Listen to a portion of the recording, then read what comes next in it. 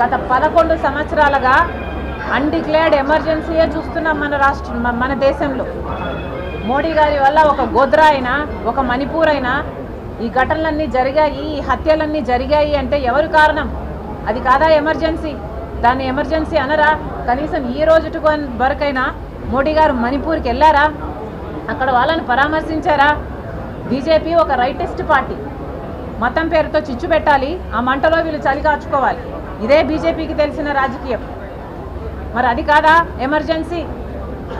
మోడీ గారు సమాధానం చెప్పాలి. మీరు చేసిన అరాచకాలకి, మీరు చేసిన ఎన్ని హత్యలు, గోద్రా అయితేనేమి మణిపూర్ అయితేనేమి, ఇలా ఎన్ని చోట్ల మతం పేరు మీద మీరు చేసిన హత్యలు, ఇది కాదా ఎమర్జెన్సీ?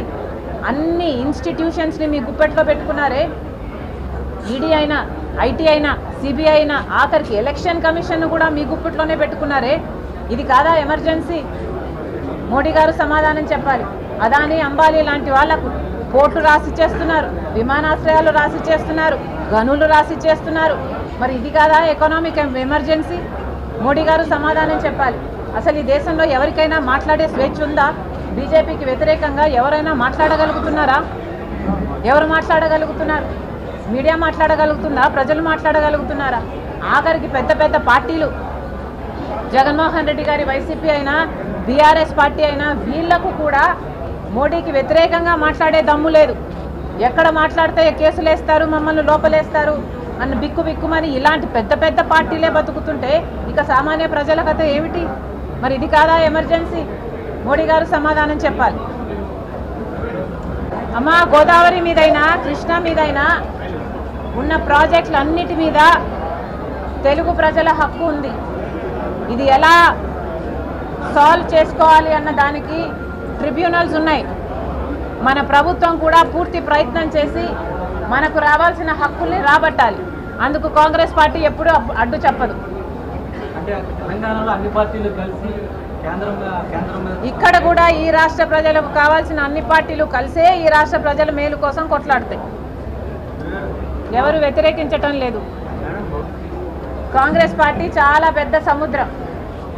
ఈ చిన్న చిన్న పార్టీలన్నీ ఉన్నాయే, ఇవన్నీ ఏదో ఒక రోజు కాంగ్రెస్ పార్టీలో కలవాల్సిందే. Why not? అమ్మా, గోదావరి మీదైనా కృష్ణా మీదైనా ఉన్న ప్రాజెక్టులన్నిటి మీద తెలుగు ప్రజల హక్కు ఉంది. ఇది ఎలా సాల్వ్ చేసుకోవాలి అన్న దానికి ట్రిబ్యునల్స్ ఉన్నాయి.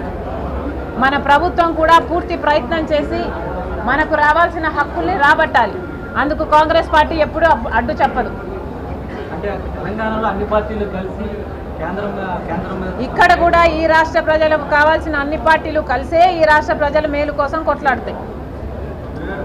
ఎవరు వ్యతిరేకించటం లేదు.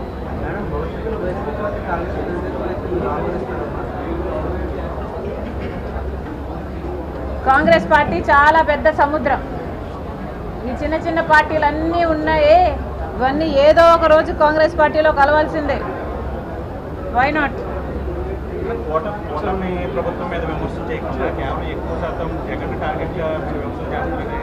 ఇప్పుడు ఈరోజు ప్రెస్ మీట్ జరిగిందే, నేను జగన్మోహన్ రెడ్డి గారి గురించి ఎంతసేపు మాట్లాడాను, వైసీపీ తెలుగుదేశం పార్టీ గురించి ఎంతసేపు మాట్లాడాను, బీజేపీ గురించి ఎంతసేపు మాట్లాడాను, మీరు టైం క్యాల్కులేట్ చేసి చూడండి. మీ మీడియా వాళ్ళు నాకు కవరేజ్ ఇస్తున్నది కేవలం జగన్మోహన్ రెడ్డి గారికి వ్యతిరేకంగా మాట్లాడితే మీరు కవరేజ్ అది ఇస్తున్నారు, మీరు దాన్ని హైలైట్ చేస్తున్నారు. పైగా ఇది మళ్ళీ నానెత్తిన పెడతారు.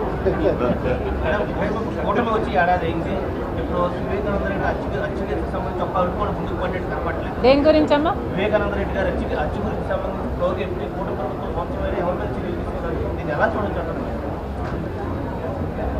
అందరి వైఫల్యము కనిపిస్తుంది. అసలు న్యాయానికి చోటుందా లేదా అని బాధేస్తుంది.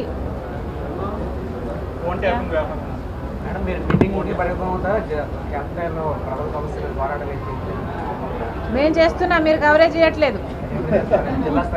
మేము చేద్దామని ఎంత ప్రయత్నించినా మమ్మల్ని ఏమో హౌస్ అరెస్ట్ చేస్తారు, లేక విశాఖ స్టీల్ మీద ఆమరణ దీక్ష కూర్చుంటే నన్ను లిఫ్ట్ చేస్తారు.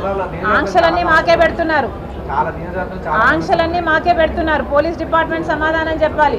వైసీపీ వాళ్ళకు ఎందుకు ఆంక్షలు లేవు? వాళ్ళు బల ప్రదర్శన యాత్రలు ఎన్నైనా చేసుకోవచ్చు, ఎంతమందినైనా టైర్ల కింద వేసి చంపేసుకుంటూ పోవచ్చు. వాళ్ళకేమో ఆంక్షలు ఉండవు.